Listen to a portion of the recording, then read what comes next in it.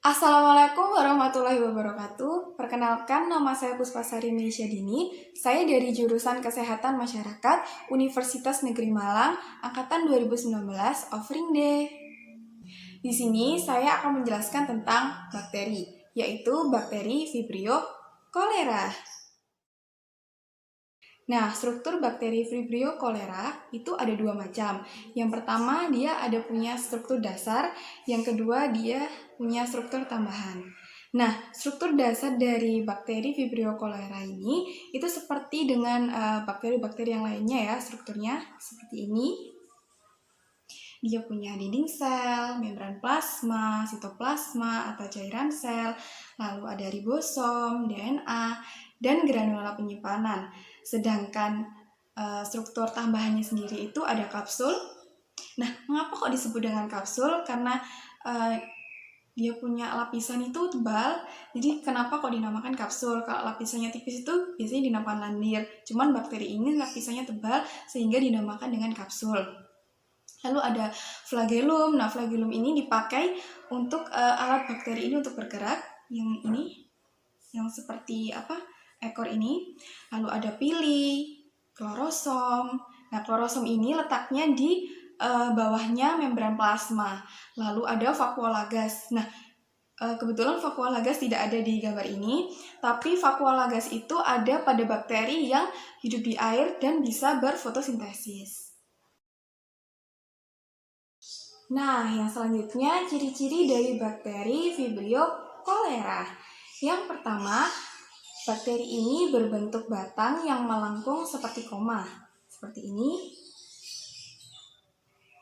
Yang selanjutnya, bakteri ini itu termasuk bakteri gram negatif.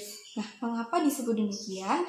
Karena pada saat pencampuran proses pewarnaan dengan gram, itu bakteri ini tidak mempertahankan warna kristal violetnya, jadi dia berubah warna menjadi merah seperti ini.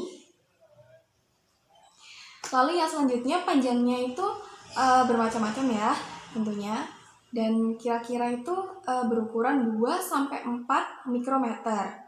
Lalu yang selanjutnya dia bersifat motil atau dapat bergerak, dan dia juga bersifat aerob. Bakteri ini memiliki struktur antogenik. Nah, bakteri ini juga termasuk kelas Gramma Proteobacteria. Bakteri ini juga bersifat mesofilik. Bakteri ini juga berhidup bebas atau parasit. Jadi mereka hidupnya itu menempel dengan makhluk lain.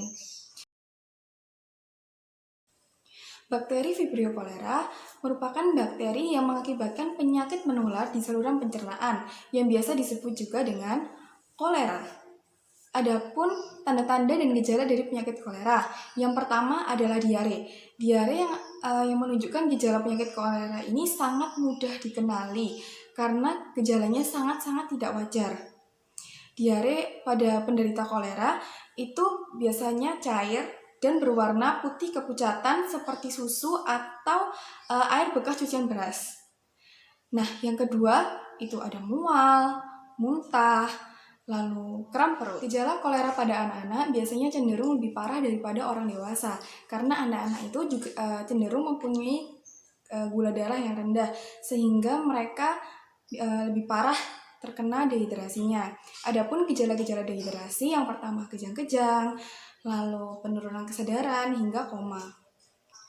Gejala kolera pada anak-anak bisa juga dengan mereka demam tinggi dan seperti tanda-tanda dan gejala yang sudah saya paparkan sebelumnya, itu lebih baik segera dibawa ke puskesmas, rumah sakit, atau fasilitas kesehatan terdekat.